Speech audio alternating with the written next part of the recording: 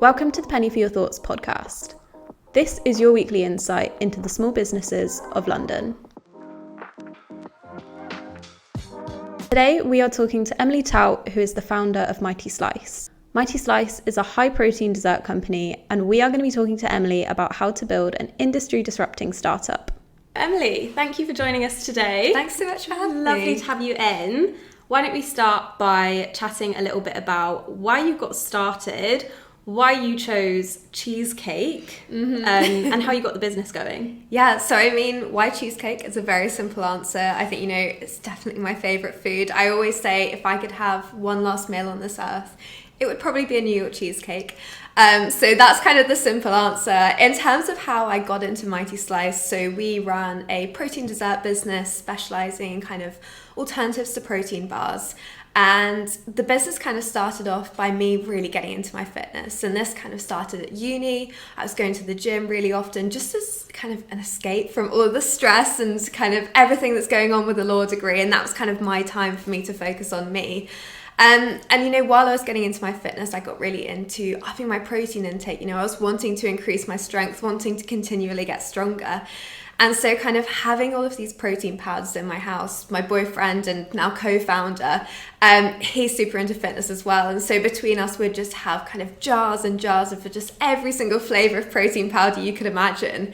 I'd be having these protein shakes and protein bars. And as someone with a sweet tooth, I just felt like they just didn't quite hit the spot for me. Do you know what I mean? And so, I started experimenting with incorporating them into things like apple pies or cheesecakes and just kind of experimenting in the kitchen. I have this real love of cooking. And so that's kind of where it all started for me, just experimenting with all these different flavors of protein powder. And that sort of led me to come up with this idea that, if I like eating these and Jamie likes eating these, then who's to say that other people might not like these as well? And so that was kind of the moment for me that I thought maybe this could be something more than just a hobby. Yeah, and so you have a pretty crazy story. So you were doing a law degree, you graduated. Yep. I can only imagine that was a 4-year degree. 3, but a 3-year degree. Felt like 4. And then you started working for a law firm, and then what? 3-4 months later, totally quit. At the age of 22. Yep. Let's talk a bit about that. How did you find that transition? Was it challenging, or did it just feel like the right thing to do? I mean, challenging is definitely the right word. I think also just extremely daunting.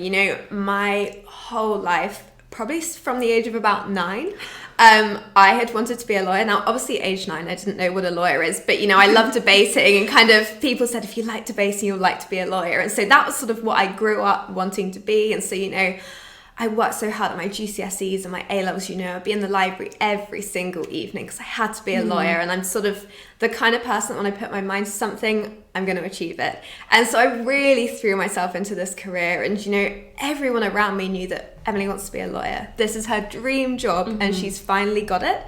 And so to give all of that up, I think this idea of kind of sunken cost was definitely sort of something playing in the back of my mind. It was extremely daunting. But I think that sometimes in life, the biggest risk is just not taking a risk at all. The reality was it was extremely scary to step from an industry that I've been sort of learning so much about, just my whole life kind of gearing up to get ready for that, to go into the food and the health and wellness industry that I knew nothing about at all. That's extremely daunting. But I think one of the really refreshing things that I found is just how willing people are to talk to you, to help you with everything. And I think, it's made me even more motivated to continually put myself out there, speak to people, say yes to absolutely everything, just to kind of play catch up almost. I'm up against people that have got decades of experience. And so for me to come from a law degree to move into this industry, I've really got to be on the ball. And I think that's kind of the one thing I've learned is just continually try to keep learning and just sort of put yourself out there. And, there are so many transferable skills from law. I feel almost more equipped now than when I actually started my legal job. People management, risk and clarity, all of these things are just such key skills as a lawyer, but they're also really key when you've got a business as well and you're managing people and managing deadlines. And so, yes, it's been absolutely terrifying at moments where I think, God, I've given up this career to move into something that is really risky, but I'm loving it. And, no day has felt like a job yet. So I think I'm doing something right there. Yeah, totally. And you talk about this kind of like, you can do anything when you put your mind to it mentality. That must just be like that's the perfect thing when you're running a business. That's really like such an important mindset, isn't it? Definitely. I think, you know, especially when you're starting out in those early days, you really do have to wear every single hat. And so, you know, I just have this real belief that I can probably teach myself to do anything if I give myself enough time. And so, you know, I was doing the website, I was on Canva, obviously not Adobe Illustrator, but, you know, I'm giving the branding a good old go, and I'm developing the recipes and just sort of doing everything at once, because why can't I? Like, really, what is stopping me? And obviously now, you know, we've got to the stage where we're able to outsource this to people that are so much better than me, and it's just kept kind of elevating it all. But I think, you know,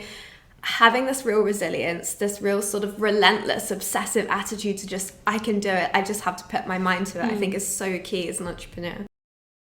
So Mighty Slice is still like really new. So you've been going for about 8 months, is that correct? Yeah. But you've always had the sort of vibe of a pretty established startup brand. Like it's always looked like it's there. It's always looked like it's been going forever.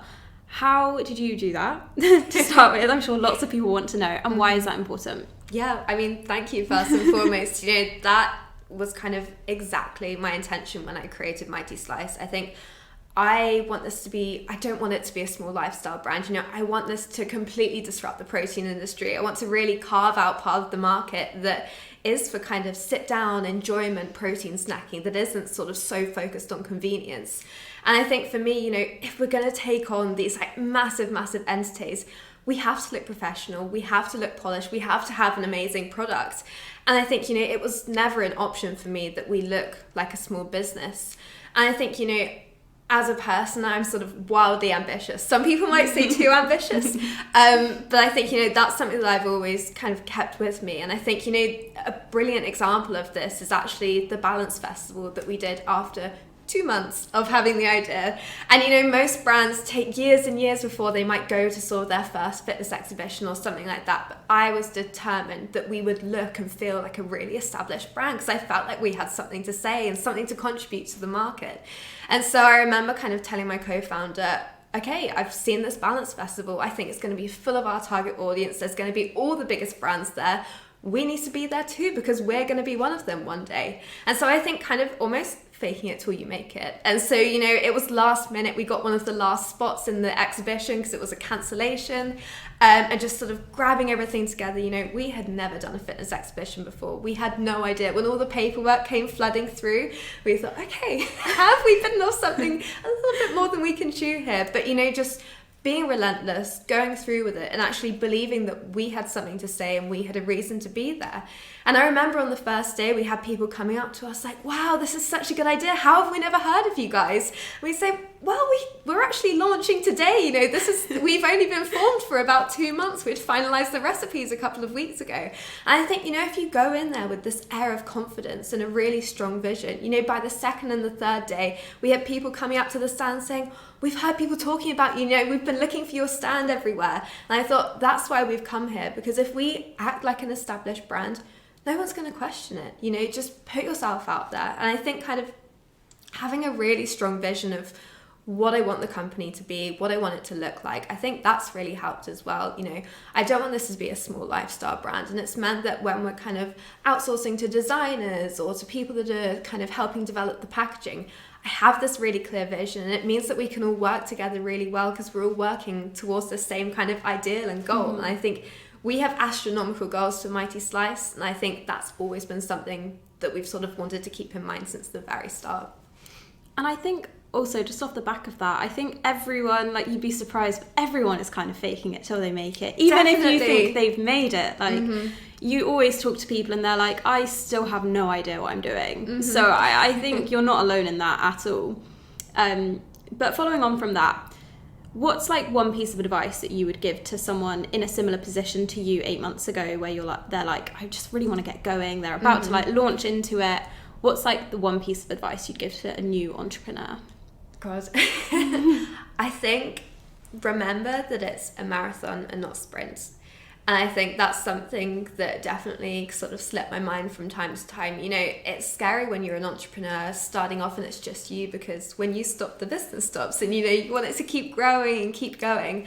But actually, it's so important to take breaks and take moments for yourself to just step away, like have that moment of calm, because ultimately, you know, if you keep go, you're going to end up burning yourself out, and you know, then it really will stop and you'll need to take even more time off. And so sort of taking time for yourself, making sure that it's sustainable, the effort that you're putting in, you know, you don't need to take kind of like 4 days off a week, but you know, take time for yourself and make sure that you're not pushing yourself too hard, because ultimately that's how you're going to be able to keep going in the long run and sort of make sure that it's all sustainable.